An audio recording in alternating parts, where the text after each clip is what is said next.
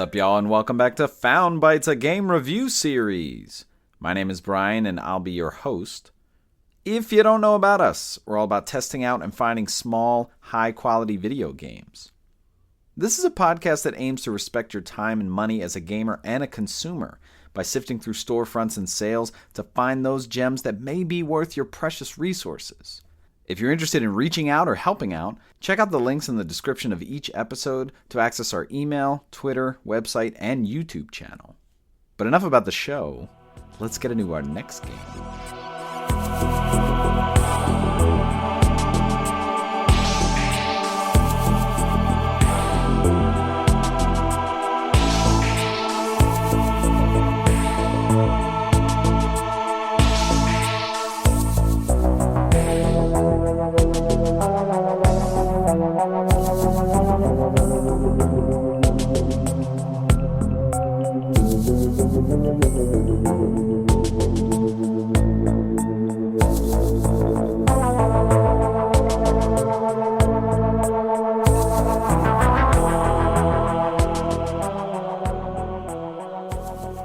Rollerdrome is the game for this week's episode. Rollerdrome is a third-person action arcade game, and you definitely right away see some comparisons to the original Tony Hawk's Pro Skater games. A lot of influence there, especially with like the arcade vibe to it. You're going into levels, things like that. Also takes a lot from games that we've talked about, like The Pathless, Leica, and West of Dead even. The game was originally released in August of 2022 on PC, PS4, and PS5. And then in November of 2023, it came to Xbox Series X and S. And the game launched on Game Pass on Xbox. And I believe it is still on Game Pass. So that's a nice little deal there. If you have Game Pass, you can play for free. And then I think in February of 2024, it was one of the free games on PlayStation Plus. The game was developed by Roll7, which is a studio of about 50 plus people, and they work out of London, and they've made games like the Ollie Ollie games, which I've heard of, but I haven't played, as well as Laser League, which I think was also a PlayStation Plus game, and I downloaded it, but I don't think I actually played it ever yet. The game was published by Private Division, which is owned by Take-Two, and they tend to focus on smaller games in terms of publishing, but they've published a couple games of note, like Hades and The Outer Worlds. I have not played Hades, but The Outer Worlds is an awesome role-playing game. Definitely outshines like Fallout 4. Really nice, and I think that was actually developed by Obsidian. The game released with an MSRP of $29.99 and runtime just going straight through just to beat each level and get through pretty quickly. You could probably get through in under 7 hours. But there's a lot of extras in here. There's a lot of challenges that you can do that are optional. But if you're a completionist, you may want to. And that could maybe put you up over 15 hours potentially. And the game does have a platinum trophy for our PlayStation listeners. I think it's 0.5% overall have gotten it. It seems like a tough one. I don't think I'm going to get it. And me, I've been playing this on PlayStation. I got this for $19 on sale. And I've probably put in close to 5-ish hours. There's, I think, 4 tiers of different levels, and I'm in the third tier. I think the second out of 3 in the third tier. But I've been taking my time because I'm going back to the earlier levels, and I think most of the first tier I have all 10 challenges. And in terms of recommendation, I saw this, I believe it was a PlayStation State of Play video where this came out, and so I saw it. Definitely the visuals were striking, but on Sacred Symbols, the podcast, they definitely talked about it, and I think some of them even played it. But just from the dead look of it, it's like a modern Tony Hawk's Pro Skater, but it's a shooter. So definitely a lot to like there, and that's really why I dove in.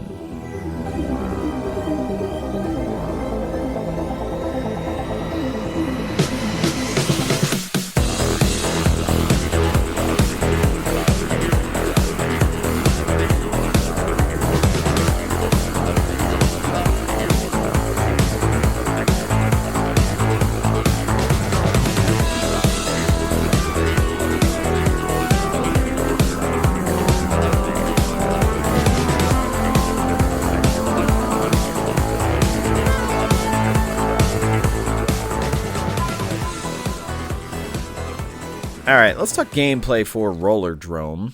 So this is a skating arcade game. It's a skating sim. It's more roller skating. It's not skateboarding, but pretty much the same thing. And the general format for what you're going to go through, you're going to be doing these mini sandbox levels, and you go in and you kind of do tricks and stuff like that, and you get scoring and grading. And then within the levels, you can complete certain challenges. And the basic goal is to complete the level and unlock new levels. And then when you go back to the main screen, you'll see that there are like level tiers. And so the first one, I think, has 4 levels. And then what's going to happen is to unlock other tiers, you're going to have to complete a lot of the challenges. And we'll go through what that looks like. But basically, when you advance into different tiers, you're advancing the story. And then kind of in between those different tiers of levels, you'll go through maybe like little first-person scenes where you're in a locker room and you're doing some exploration to give you a bit of exposition. But the main thing you're going to be doing in this game is going into levels to do your skating. And the first few levels that you go into, you'll go through some tutorials that are very helpful, that guide you through just some of the basics, some of the move sets. If you've ever played a Tony Hawk Pro Skater game, the move set and the physics are pretty much identical, or at least as I remember them. If you have ever played those games, your instincts are going to jump right back into place. And so let's go through some of the basics with the skating. Just right off the bat, as you start a level, you're standing still. All you have to do is press forward once on the joystick and you're automatically moving, and you never have to press it again. And so all of the directional stuff you're really going to do is just whenever you want to turn side to side. The camera is a big thing. You can invert both axes. Amazing for me and people like me. But there are some other options. There's one option, I think it is to center it around your character at all times or something like that. I don't know how it quite phrases it, but it doesn't keep it fixed. I think it's just like sometimes when you go up in the air, it kind of recenters in a weird way. I've been back and forth about it. I'm not quite sure what it does, but there is an option for something like that. And then a lot of things that, again, if you've ever played Tony Hawk's Pro Skater, these things will come right back to you. So you can jump, but the way that you jump is by actually releasing the jump button. So if you're just skating along, you can hold the jump button and then time it to release it when you want to jump. Other things that you'll do while you're in the air, you can grab one of your skates or both of your skates and turn a certain way. You can flip. So when you hold the button, you can kind of orient your joystick in a 3D space, and maybe you'll topple over front or twist side to side, but just basically kind of rotating in 3D space. And then there's a button to grind on things like edges of things or railings. And what's really nice is when you're up in the air and you go down, you don't necessarily have to do a perfect landing with your skates. No matter how you land, even if it's on like flat ground, your character is just going to kind of roll out of it and keep moving. So this is really good because if you've ever played Tony Hawk's Pro Skater, you know that sometimes if like you go up on the vertical ramp and then you come down not on it, you're just going to fall and like you're going to waste like 10 seconds. So not here. She is always moving your character and always kind of gracefully rolling out of any kind of bad fall. But when you're doing a lot of these things like grabbing your skates, flipping, grinding, things like that, you can add a direction and turn a certain way while you're in the air and do it. And then that's going to allow you to do all kinds of different combos and get different scores for that. More advanced as you get further on, you realize that you can actually do 2 directions or twice in the same direction and then do it. And then it'll have like a different name or something like that. So there's all kinds of things that you're going to be discovering, different grabs, different flips. You can grab and flip at the same time. So a lot of combos that you'll be doing to get points for your score. And then the main difference between this and Tony Hawk's Pro Skater is that this is a third-person shooter. And so you're going to start out with these dual pistols. Eventually, you will get other weapons, which we might talk about in a little bit, but you'll be basically just driving around on your skates and moving, and whenever something comes into your range of your gun, sort of this box will come up as like an auto aim box. So all you have to do is hit the trigger and it'll automatically hit it. And this will come up when you get close to enemies, when you get close to certain projectiles that are coming at you, and also when you get close to barrels that are explosive. So when you shoot them, it'll kind of damage or hurt or even kill enemies that are near it. And as you're shooting your guns, you'll notice, I believe in the upper left corner of the screen, that you'll have a clip size. And to start off with the dual pistols, I think it's 12 bullets in a clip size, but your other weapons are going to have varied size. Like the shotgun, I think, has 6. The grenade launcher has 2. And what's interesting is that this clip is shared among all of your weapons. So if you're shooting with your pistols and you're down like halfway and you switch to the grenade, you'll only have 1 out of the 2 grenades because it's like half of your clip is left. And so it kind of kind of translates between the different ammos. And as you're going along, you're probably going to run out of bullets in your clip, and the way to reload your clip is to do combos in the air. And so this is really interesting because as you're doing the normal, like Tony Hawk's Pro Skater, going up the vert ramp and doing a grab or a flip or something like that, you need to constantly be doing this as you're shooting enemies because you're running out of bullets. So it's kind of like this strange synergy between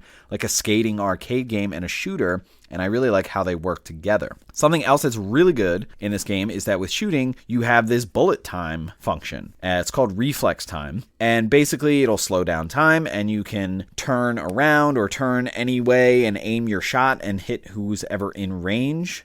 And of course, as you're doing that, the box for aiming at certain enemies or projectiles and whatnot will also move, but it'll move at a slow pace. I think when you do it, the camera kind of auto points at whichever thing is closest, enemy and whatnot. But sometimes when I do this mid-air, I have to like really turn the camera completely around because there's a sniper that I'm really close to and I want to just shoot and kill that person. And as soon as you start the reflex time, there'll be a meter that's like closing in from the outside. And then once that's out, you'll have to kind of wait a little bit to recharge that, but it actually refills pretty quickly, and you don't have to wait until it's completely full, at least I think, to use it again. And so as you're going through these levels, you're going to need something to shoot. So let's talk about the enemies that you'll come across.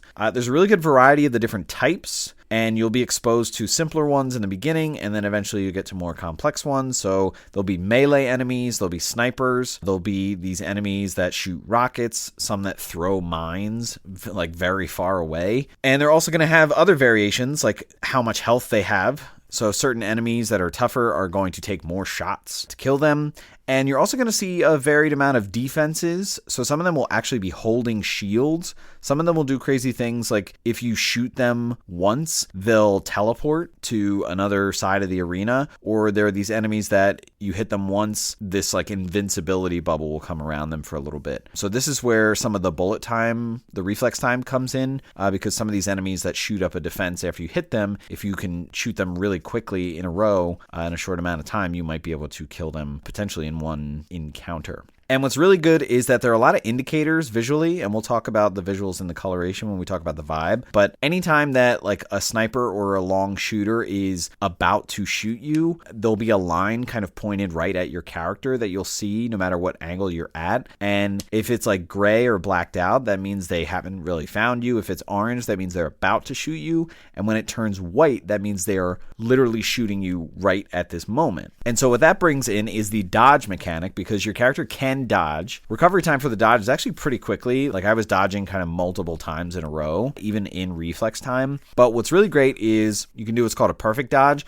which is as soon as you see the line turn white or as soon as someone is about to hit you, if you dodge, you'll get a perfect dodge. And some of the challenges are linked to doing that. But what you can also do is right after a perfect dodge, you can go into reflex time and you will instantly transport to super reflex time, which I think gives your weapons more damage.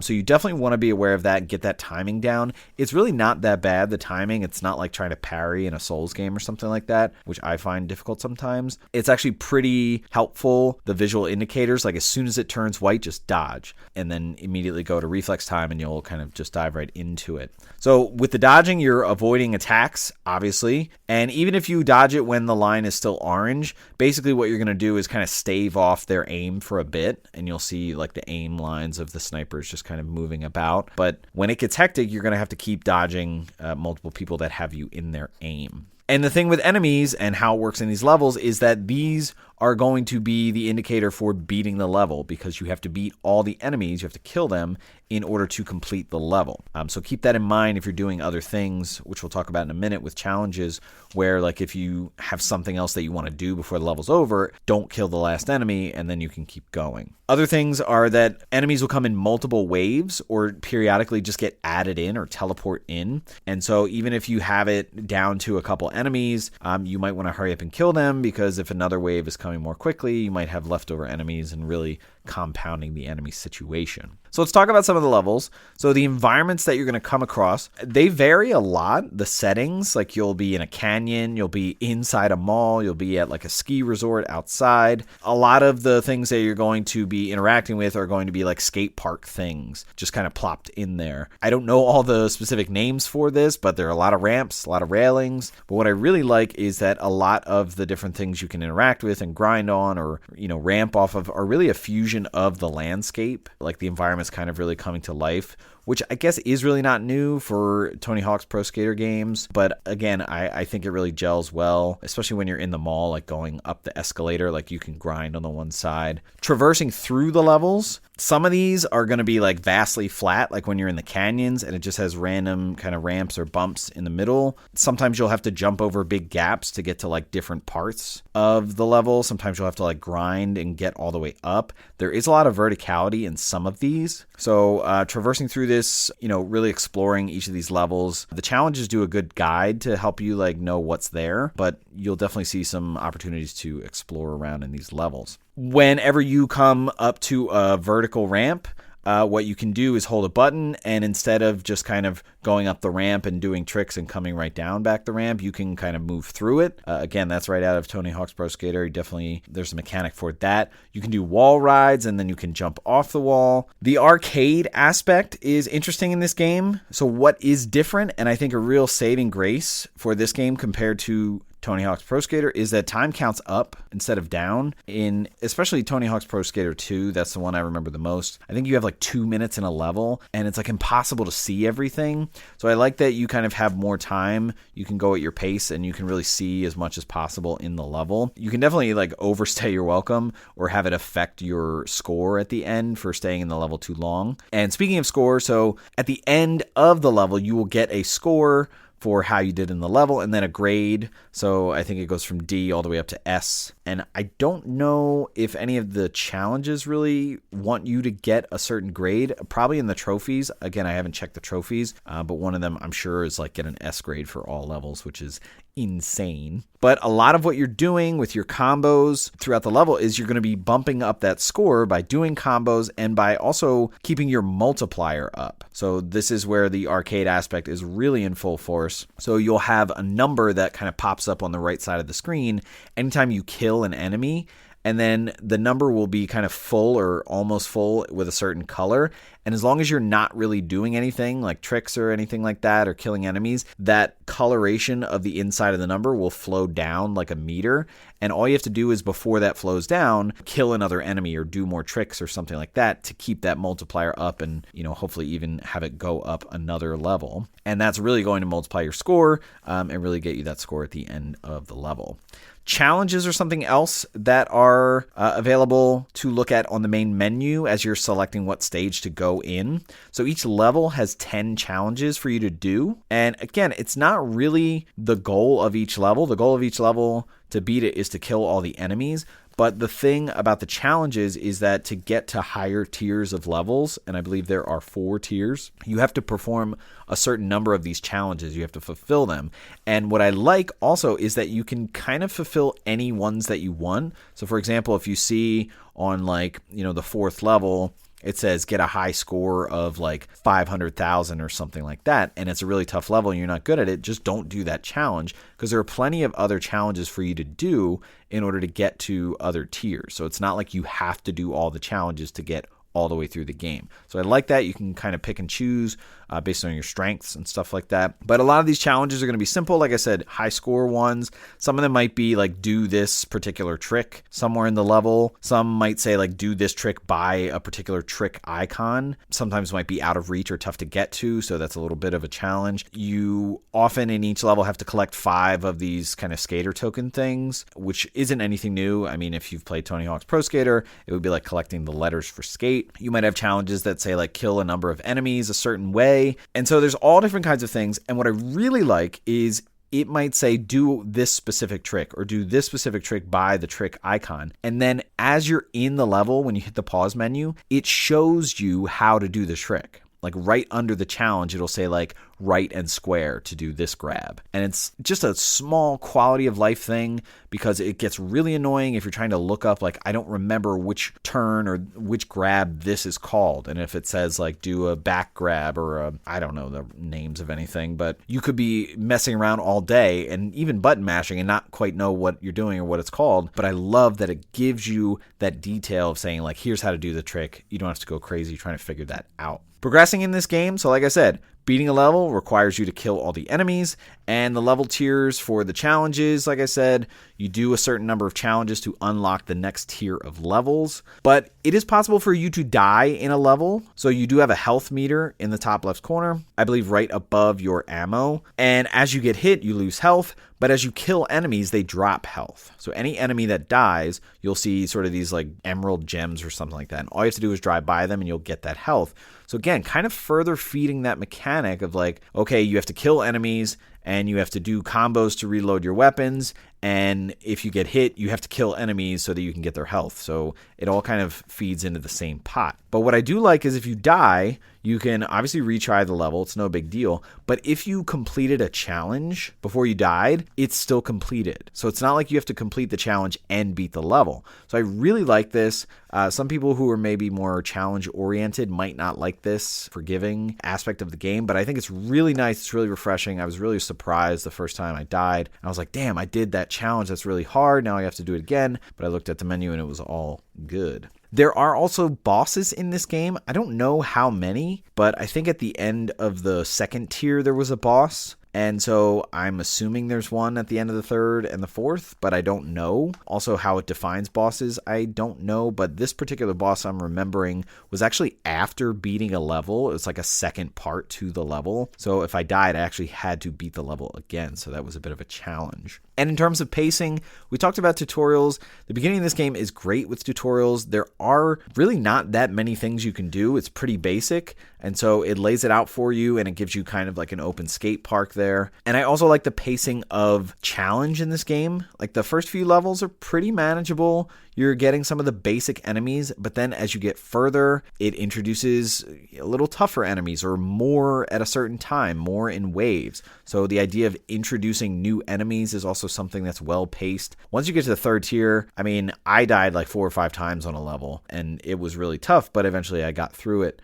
So they do get tougher. I like the pacing of the challenge, and I think it really does a good job of onboarding, but then really getting you to a place where like you feel like you're accomplishing things when you beat a level.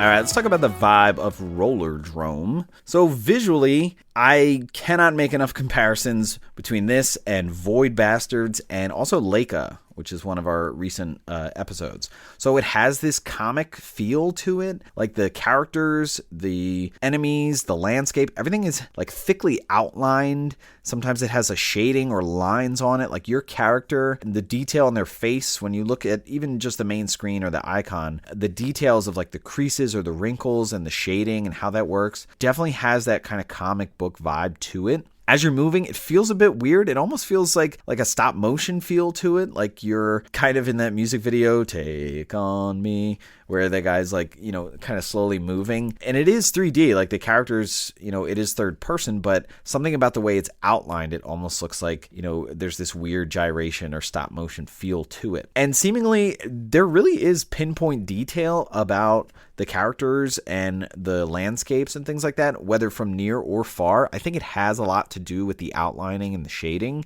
but you can definitely tell the detail of like how different things are separated by color on a character that's like far away. The color palette for this game is interesting. There's a lot of oranges contrasted with white. We talked about the indicators when someone's aiming at you, but all over it's like orange, kind of red, brown, these like amberish colors. And then when you see something that stands out, like an enemy projectile or even different enemies and how they look or some of the armor they have, a lot of unique colors. Like you do see some shots of blue and green.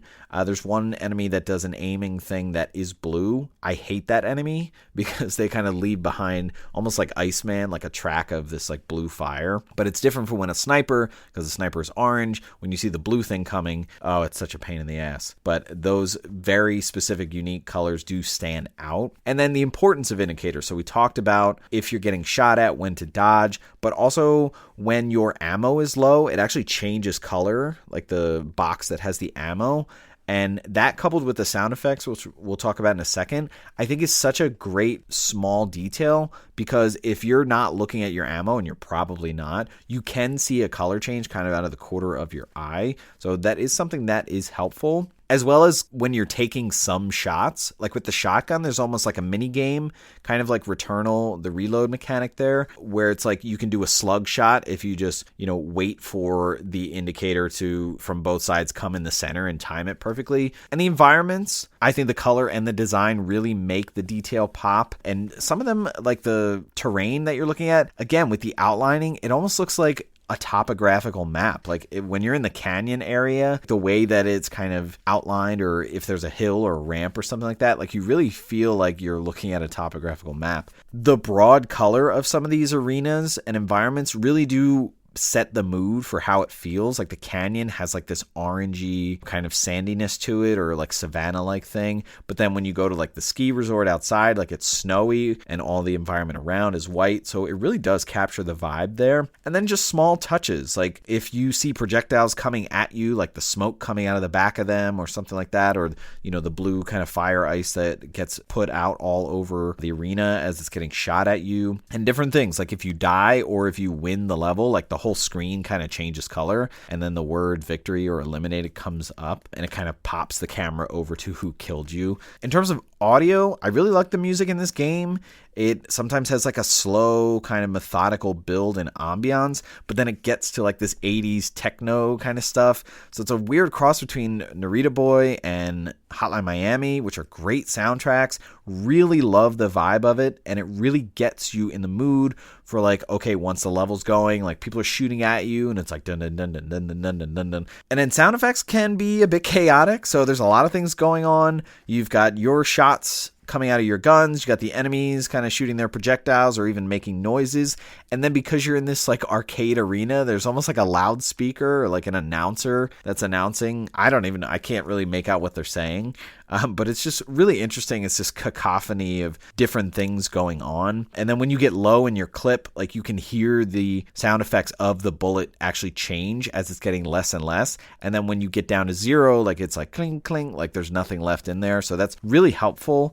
And I'm playing it on the PS5, and I think that sound effect is actually coming out of the controller, so that's really helpful. And then finally, in terms of themes and setting, so this is set in 2030, which is the future, not that far, but it definitely has, I think, a futuristic vibe to it, or just the fact that you're in this arena kind of roller skating and shooting people. It takes a lot from the movie Rollerball with LL Cool J, I think in the early 2000s. I forget who else was in that. I think the developers actually cite that as an influence for this game. So in a lot of ways, this is a lot like that. So you're in this sort of competition where you're roller skating and obviously shooting enemies, but there's this weird like corruption, or the game is being fixed because it's kind of like a tournament. You do actually experience that light exposition as you're going through these first person mini levels that are, I think, between tiers. And so you kind of walk around and read like news headlines or overhear talking in another room. So you do get that light exposition. I do like that. It's a nice touch. It's not like a major thing like you walking through doors or anything like that and exploring,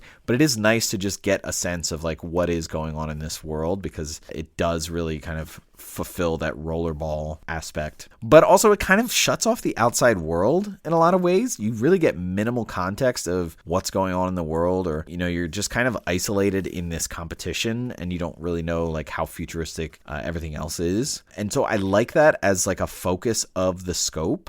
And what's interesting is that there is also something very cold or reductive about this competition that you're in, and even about your character and the character of the levels. It's almost like you're in this isolated world where this competition is happening. It's very, I don't know, maybe Hunger Games or Squid Games, where it's like kind of like life and death. I mean, obviously you lose a match, like if your health goes down. I don't know if your character actually dies, but you do retry it. But just like this weird, like, who are these people shooting you? Are you killing them? I don't know. Is it like a kill or be killed, like survival of the fittest type thing? It's a strange kind of setup here, and I don't know the grand scope of it. I would be interested, but I'm fine just kind of playing through the game. But I like sort of the reductive scope and focus of this story.